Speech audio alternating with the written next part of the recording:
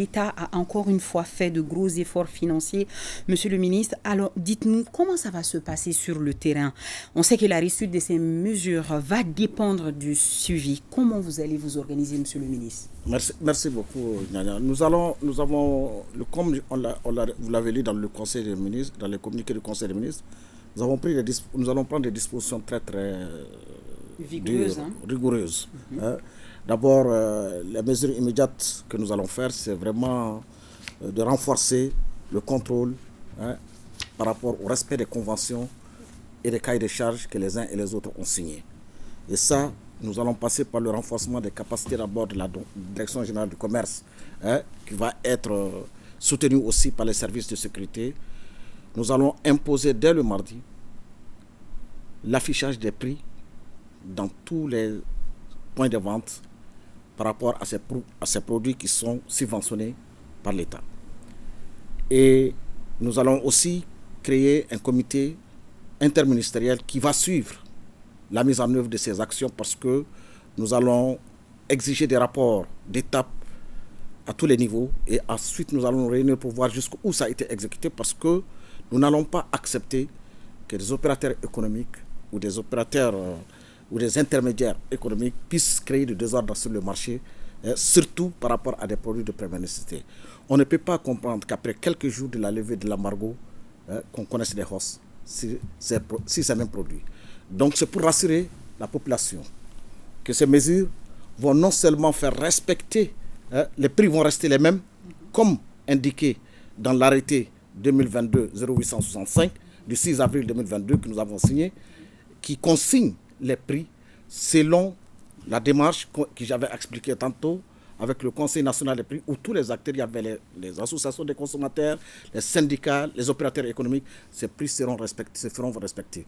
Et nous allons suivre de façon rigoureuse. D'autre part, nous allons aussi faire réaffecter les stocks qui n'ont pas été, comme je vous ai dit, j'ai donné des statistiques, la totalité de ces produits n'ont pas été importés. Nous allons voir parmi les opérateurs ceux qui ne sont pas capables d'amener ces produits. Nous traiterons avec d'autres qui vont amener ces produits, faire respecter ces cahiers de charges, et nous allons être très très rigoureux par rapport à ça. C'est une guerre ouverte avec les opérateurs économiques? Ce n'est pas du tout une guerre ouverte, mais c'est vraiment le respect. Le non-respect des clauses qui ont été... C'est le respect du cahier de charges que nous avons signé ensemble. Oui. Et ce cahier de charges, quand on l'a fait de façon collégiale. Vraiment, c'est tous les acteurs qui se sont assis, et puis nous avons mis les clauses de ces cahiers de charges, et par conséquent, il va falloir que les uns et les autres respectent les engagements qu'ils ont pris par rapport au pays, par rapport à ces populations. Et l'État va sévir pour faire respecter ces engagements et ces clauses. Tout à fait. Alors, je vais vous les demander encore une fois, monsieur le ministre, quelques mots d'assurance et de réassurance pour les consommateurs maliens, pour le panier de la ménagère, monsieur le ministre. Non, je vous rassure que d'abord le marché est approvisionné de façon confortable. Oui.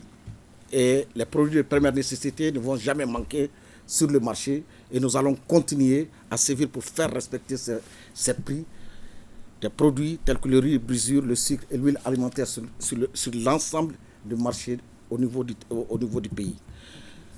D'autre part, nous assurons aussi les populations que nous n'allons plus accepter encore que les acteurs de cette chaîne de distribution puissent se comporter en dehors de ce qui a été signé dans les cahiers de charges. Et ça, c'est des consignes que nous avons. Je pense que nous allons nous y mettre, parce que c'est ça notre rôle, c'est de protéger aussi les consommateurs du pays. Et ça, on va les assurer que ça va se faire. Sinon, ce n'est pas une guerre ouverte, c'est seulement le respect des clauses qui sont au niveau du cahier de charges. Tout à fait. Alors, monsieur le ministre, vous me dites, si je pars chez mon boutiquier demain matin, nous allons ressentir tout de suite l'impact, monsieur le ministre? En tout cas, nous pensons aussi que l'autre aspect, c'est que la population aussi participe à la mise en œuvre de ces dispositions, parce que partout où vous constatez des hausses ou des comportements qui ne sont pas conformes à ceux qui sont consignés dans les prix de l'arrêté 2022-0865, il y a des numéros verts qui vont être mis à la disposition des populations, et des numéros aussi ordinaires seront à la disposition.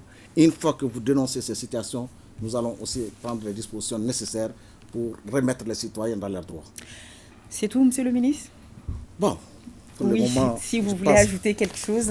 Non, l'appel vient d'être fait. La population doit participer aux côtés de l'État à ce que les prix soient conformes. C'est bien cela, Monsieur le ministre. Absolument. Mais je voudrais, avant de finir, vraiment rappeler un aspect sur le plan international. Oui. Si vous voyez aujourd'hui au niveau du Mali, ce que nous avons fait est vraiment extraordinaire parce que l'ensemble de ces produits de première nécessité dans la sous-région a connu, ça ce sont des statistiques de la CEDEAO, oui, a connu presque une hausse de près de 48,6%. Au niveau du Mali, nous sommes à 11%. Oui. C'est pour vous dire jusqu'où le gouvernement non seulement a anticipé, mais essaie aussi d'amortir le choc par rapport à la hausse des prix sur la vie ordinaire des populations de ce pays.